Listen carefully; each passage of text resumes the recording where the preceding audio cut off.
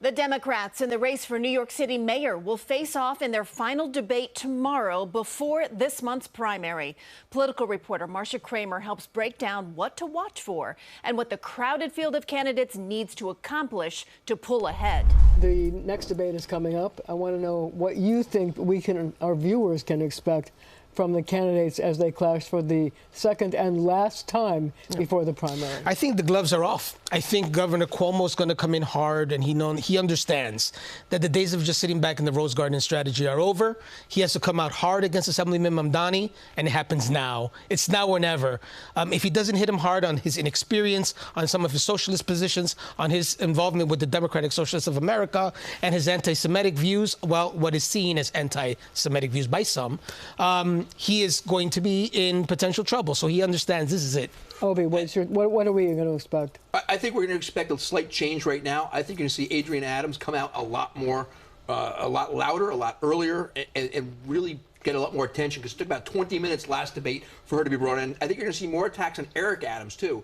I think the Democrats in this debate format right now realize going after Andrew Cuomo was not good for them. It gives too much airtime. What role will Trump play in this debate, and also what's been going on in terms of the protests against people in the immigration problems? He's a big monster in the room in any of these primaries. He's going to be the piñata that night, right? We're going to talk. They're going to talk about him and his protests in Los Angeles.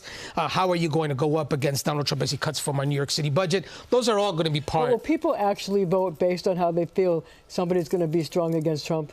I think the answer is going to be no. But the real answer is what they're going to see as a leader for what people are for in New York and what that may mean. Will they be for something in New York that pushes back on President Trump or not? Because what they're doing right now in L.A. is really not good for them. What it's doing right now, it's escalated. And what the Democrats have to show in this debate is they can lead New York forward and not be stuck in the bad and get beyond Donald Trump is bad, because they all say he's bad. But here's the real question now. You have 7 people that are going to be on stage, I believe. But it really it's turned into a race between two top people. So what's going to happen between Andrew Cuomo, who's trying to beat back a serious challenge from Zohran Mamdani? I think what you're going to see is the natural fight against Andrew Cuomo to try to bring him down, as you were mentioning a little earlier. But something has to happen with Scott Stringer. Something has to happen where he sees the light and he understands that a lot of his voters are Cuomo voters.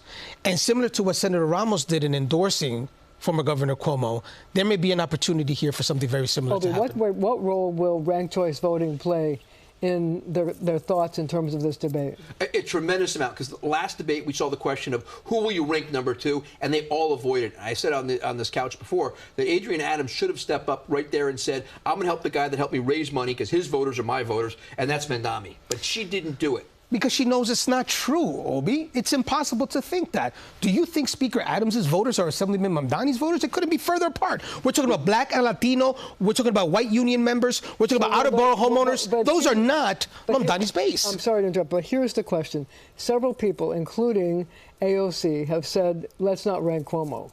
So what role will that play as the ranked choice voting thing plays out? Will that hurt Cuomo, help Cuomo? Will people ignore not to rank him? If they're smart about it, not only will they not try, they'll get away from ranking him, they'll get away from speaking with him. Every time they uttered his name, he got to speak. So Adams should be taking shots either at Stringer or at Lander and supporting Mamdani. Mamdani should take his shots at Stringer and Lander and pull those votes. The two of them can rise to where you've got Mamdani and Adams as numbers 2 and 3 in this race if they do it right. But the truth is this. The base of former Controller Stringer, the base of Speaker Adams are both natural voters for former Governor Andrew Cuomo. These are natural voters. These are moderate centrist Democrats that are naturally going to put Cuomo as number 2. They're not going to. I cannot see the Democrats I speak to going into the ballot and saying, I love Speaker Adams and Mamdani. It doesn't even make sense. Or Stringer and Mamdani. It doesn't make sense. So these are natural Cuomo voters. Who does Adams pick as her number 2?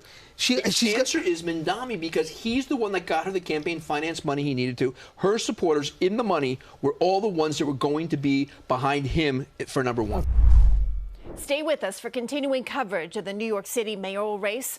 On our website, you'll find information on how and when to vote early and an explainer on ranked choice voting and much more.